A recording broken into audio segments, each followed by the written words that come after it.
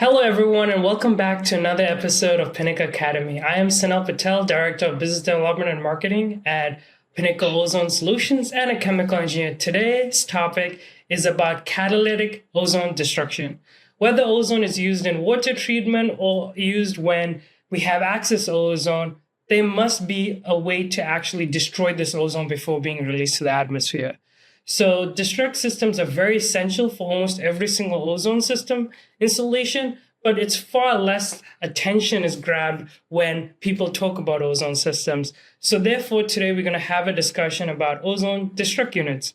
Joining me today are two experts from Carus, Dr. Fezile. She is part of the product development director for the Catalyst, leading catalytic research, but also technology development. And then I have Matthew Bodoff, who is in the business development director position for Catalyst, who works closely with engineering, OEMs, and customers that need to implement destruct units around the systems, but also all around the world. Thank you both for joining us today. Thank you. Looking forward to it. So Matthew, before we dive into the technical portion, can you tell us a little bit about Carus and how you guys actually talk about the technology, but how do you also support the industry? Sure. So Carus is a family-owned specialty chemical company, and we've actually been in business for over 110 years. All of the chemicals we make are geared around solutions for water and air purification and for soil remediation applications. And we started making our catalysts in the early 1980s, and we've been growing and developing our product offering since then. And these products are used in a variety of air purification applications, everything from ozone oxidation for water treatment, but then as well carbon monoxide oxidation in things like fire escape masks, and even for advanced microchip production. And then we also have catalysts for destroying ethylene oxide, which is used in the medical sterilization process, and for VOC removal in both residential and commercial indoor air applications. And how does catalyst development actually play an important part in your guys' business? So the catalyst business actually started as sort of a natural extension of Carus's long-term experience in water treatment. Our main products that we manufacture are potassium and sodium permanganates, which are also used in chemical water treatment. And since they are based on manganese technology, it was a good fit for Carus to expand the use of our own in-house manganese knowledge to develop a manganese-based catalyst system for air treatment applications. So as we say, every ozone system essentially has excess ozone leaving the process. Why is ozone destruction such a critical part of the ozone systems, and what are the risks that people don't really understand when we have to destroy ozone? Sure. So ozone is a very powerful oxidizing agent, and it's highly toxic to biological tissues. It can irritate the respiratory system and your eyes. So proper destruction of excess ozone from a water treatment process ensures both the health and safety of all the workers at the treatment plant, as well as people living in the surrounding areas around the plant. And it's the excess ozone leads to harmful off-gassing into the surrounding air, that respiratory hazard for operators, and you can risk production of toxic chemical byproducts like bromates. And there was even one large study that suggested that as low as 10 part per billion increase in ozone exposure can have negative long-term health effects on the population. So I know you talked about regulations, but what are the regulations that engineers need to understand and keep in mind when designing ozone systems? Yep. So the biggest driving our industry is the EPA's National Ambient Air Quality Standard, often called NAAQS, NAAQS. And they've established a primary and secondary standard exposure limit of 70 parts per billion over a typical 8-hour working period. There's additional ozone regulations for industrial equipment or for consumer devices that are generally regulated by local state levels. But for water treatment, the biggest is that National Ambient Air Quality Standard. Thank you. So, Doctor, I do want to talk about science now. Can you actually explain how this catalytic ozone destruct units actually work? Yes, of course. As Matthew already mentioned, ozone is a very powerful oxidant that is used in wide range of applications from drinking water and wastewater treatment to digital printing and chemical processing. At Carus, we develop Carolite catalysts, including Carolite 200, for ozone destruction, which are composed of manganese dioxide and copper oxide. When the ozone-containing air passes through the catalyst bed, ozone is converted directly into oxygen, and this reaction happens at ambient temperatures without any heating required. And how does this actually convert the ozone back into oxygen? Is there a specific type of science behind that? Yes, so the ozone process gas enters the destruct unit and it distributes across the catalyst bed. When an ozone molecule collides and absorbs onto a metal active site, the weak terminal oxygen bond in ozone breaks apart. This creates an oxygen molecule that releases back into the gas stream, leaving behind a highly reactive atomic oxygen radical that is still bound to the catalyst surface. Then a second ozone molecule collides with this oxygen radical, and they react to form two oxygen molecules, which then dissolve from the catalyst surface, completely regenerating the active site for the next incoming ozone molecule. So is this normally an efficient process, or is there a lot of heat? What are the inefficiencies in this type of process compared to other methods that we see in the industry? Yeah, this catalytic ozone destruction actually provides active sites without being actively consumed in the net reaction. And this cycle can repeat millions of times per minute, allowing it to provide long-term destruction performance at room temperature. Other ozone destruct methods, such as activated carbon, use a combination of chemisorption and catalytic reaction to reduce ozone concentrations. So over time, the carbon media is gradually consumed during the chemical reaction process, which causes the performance to decline and requiring periodic replacement of the carbon media. This reaction with activated carbon can also generate byproducts such as carbon monoxide and carbon dioxide. Another important consideration when using a catalytic solution is safety. So Carolite catalysts are extremely safe to use and they operate at room temperatures. But when you're using an activated carbon, which is a combustible material, the heat generated during the ozone destruction process can create conditions that increase the risk of media degradation. And in high ozone concentrations, it can actually create fire. So not all catalysts perform the same. What characteristics define a high-performing ozone destruct catalyst? Can you tell us a little bit about how the catalysts have evolved over the years and what makes this catalyst media so efficient that we use these days? High-performance ozone destruct catalysts are engineered to achieve complete conversion. We're talking about 99.9% conversion efficiency under high gas flow conditions with minimal pressure drop and, like I mentioned, long service life. Other important characteristics for ozone catalysts are high surface area to maximize the active sites that are exposed to the ozone gas stream. Other characteristics such as the crush strength and high hardness of the catalyst material also prevents degradation, channeling paths, dusting under vibrations, and catalyst bed settling.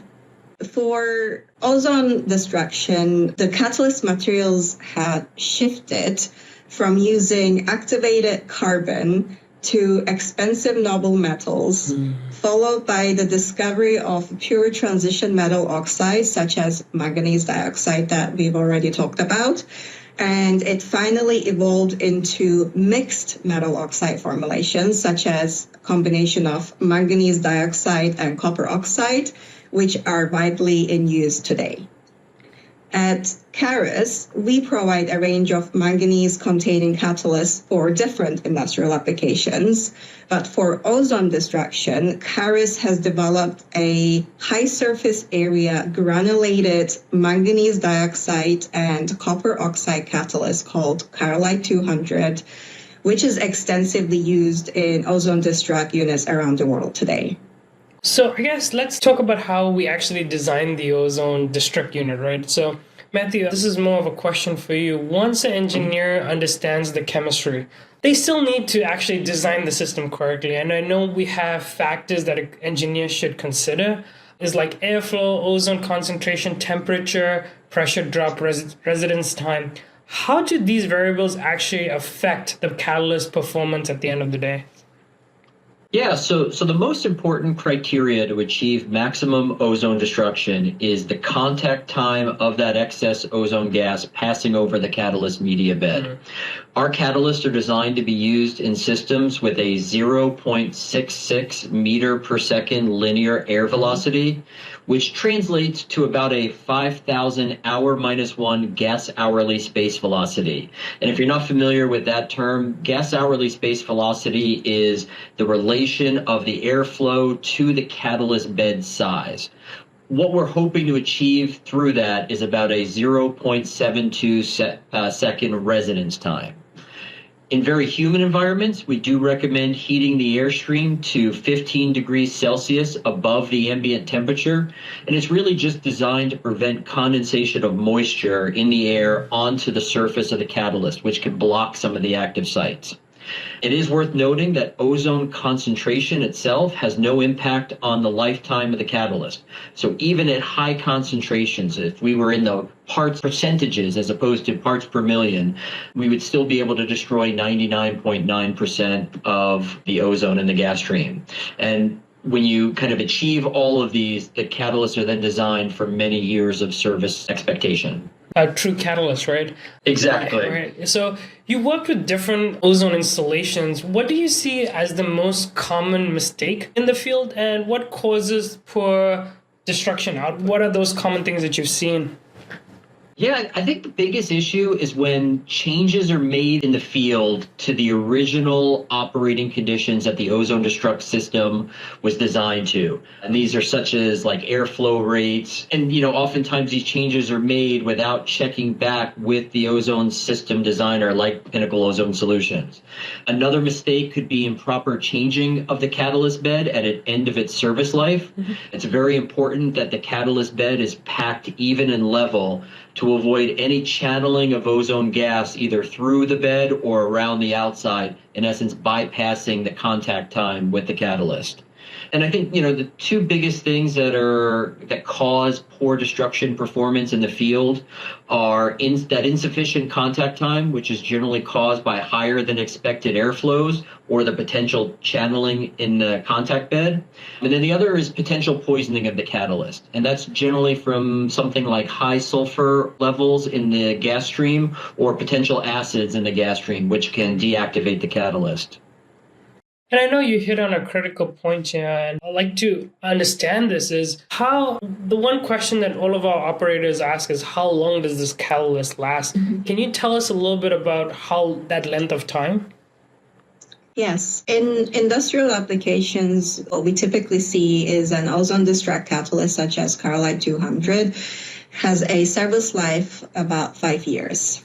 And under clean operating conditions, it can last up to 10 years. Mm. However, as Matthew already mentioned, poisons do play a big part in the deactivation of the catalyst. So if the gas stream for any reason contains poisons like sulfur, siloxanes, halogens, acid gases, or hydrocarbons, this can significantly shorten the catalyst lifetime. And in order to identify any of these catalyst issues, operators can actually check for parameters such as pressure drop across the catalyst bed. They can also monitor the outlet ozone concentration to confirm that the catalyst is working properly. And they can also do visual checks as well as using analytical techniques to ensure the catalyst is not deactivated by poisons. And when we talk about poisons, is that normally when the destruct media gets wet, or is that when impurities come through? What does that term poison mean in a destruct unit? Yeah, so we're not talking about moisture here. Like Matthew said, moisture can be a factor for blocking the active sites, but there are workarounds it in terms of increasing the temperature to ensure that you can evaporate the water before it even reaches the catalyst bed. Or you can use a desiccant to remove any excess water. But so some of the applications, this isn't just for ozone. If they're burning natural gases, they can contain poisons such as sulfur and sometimes hydrocarbons that can mask the active sites on the catalyst, which then decreases the catalyst life from 5 years to probably even less than a year. And I think, as Fezile mentioned, visual checks really can tell you a lot about the condition of the catalyst. So Carus 200 in its virgin form is a nice dark brown color. Generally, when we see catalyst poisoning in an ozone destruct system, the catalyst will turn almost a chalky white or gray color. That's generally a good sign that something has gone on in the system. And what we always recommend is working with Pinnacle. The operators can pull samples of the catalyst and have them sent to us for analysis to determine what the potential cause of the poisoning was, if any, and how well the catalyst is working. And Matthew, as you said, at Pinnacle, we design not just the ozone system, but we design like the oxygen prep all the way to the ozone generation, injection system, contact tank, and also the ozone destruct unit. How important is it that the ozone system manufacturer and catalyst supplier design the system together? But how early should the suppliers be involved when we design a full end project for either an industrial project or a municipal project? Yeah, so I think this is a critical aspect to ensuring not only the health and safety of the workers in the plant, but to the effective long-term performance of the system, which ultimately leads to lower operating costs for the plant owner. That's why Carus has a technical support team that works closely with ozone system designers like Pinnacle Ozone Systems Solutions to help whenever needed. Companies like Pinnacle are experts in traditional destruct system designs because you've been doing it for a very long time and have a long history of working with Carus catalysts. What we're seeing nowadays is more and more systems designed that present unique challenges, such as varying exhaust gas temperatures, varying flow rates, or increased risks of potential poisons. In those cases, we recommend Carus be contacted as early as possible in the design phase to help Pinnacle and your customers avoid any potential risks or issues in the design system performance. And then just talking about the future, this is a question for Dr. Looking ahead, how do you see the catalyst technology evolving over the next 5 to 10 years? There are new materials and there's also obviously improved efficiencies, but what excites you the most? So what we're seeing is that the market needs are shifting from a single function catalyst to dual or even multifunction catalyst to destroy unreacted ozone while simultaneously oxidizing byproducts such as volatile organic compounds. Some applications even require a catalyst or a material to remove trace amounts of hydrogen, nitrous oxide, sulfur dioxides from the gas streams. And our team at Carus specializes in novel heterogeneous catalyst development for demanding industrial and environmental applications. And what excites me the most about the projects that we're working on right now is we are working on advancing low temperature nitrous oxide reduction catalysts that are tailored specifically for emission control technologies in backup diesel generators for emerging data centers, as well as industrial exhaust gas where these poisonous and dangerous nitrous oxides are generated and emitted into the atmosphere. And it's a very challenging area because there are a number of catalysts that are already out there that can do the high temperature nitrous oxide conversion into nitrogen. But the low temperature area And the legislations that are coming in place now and in the future are requiring these catalysts to work at lower temperatures where actually most of the emissions are created. And there isn't currently a single solution that can solve the issues at these temperatures. That's the first I've actually heard of that portion. So I guess now I just want to do a quick few questions on a rapid fire round. Yeah, just 3 quick questions. I'll let both of you answer. What's the biggest myth about ozone destruct units? One after the other. I'll let you guys go. I'll take this one. So the single, I think, biggest myth around catalytic ozone destruction is that heat actually destroys ozone instead of the catalyst. And purely thermal decomposition of ozone without a catalyst requires heating the gas stream up to 350 degrees Celsius with significant slow residence times to break the ozone bonds. And catalysts such as Carus 200 can break down ozone into oxygen, like we said, at ambient room temperatures without requiring any heating. I think everyone that I've heard talk about Carus, they always say heat it up, number one, heat it up. But yeah, I guess that's something that's definitely in the industry that needs to be fixed. One other question here is, what is the most overlooked design parameter when designing a destruct unit? Yeah, I'll take this one. I think one of the most overlooked parameters in water treatment isn't the design of the unit itself, but rather where the destruct unit is placed in the water treatment system. So it's really important that the destruct unit be installed prior to any chlorination or coagulation processes, since premature deactivation of the catalyst can occur when exposed to some of the chemicals that are used in those processes. So what is one piece of advice that you would love to give just our audience, but also the consulting engineers that are working on destruct units? Yeah, I'll take this one. I actually asked to my scientist who's been working in this industry for 36 years, what would be her one advice to the consulting engineers? And she said, we would like to ask them to adhere to all the recommended running conditions when designing the destruct unit to ensure the desired destruction of ozone is achieved, because I think it's very important that these catalysts work under certain conditions, and we need to make sure that those conditions are adhered to when we're designing these units. Thank you so much for sharing your expertise. Catalytic ozone destruct systems play a critical part in every single ozone system, and not just in building an ozone generator, but also understanding the chemistry and the engineering behind what makes it safe for us to use. To everyone watching, thank you again for joining us for another episode of Pinnacle Academy. To learn more about ozone technology, please visit pinnacleozone.com. But to learn more about the catalyst side of things, please visit Carus, which is CARUSLLC.com. And if you have any questions, please reach out to us. We'll see you in the next episode. Thank you, guys. Thank you very much.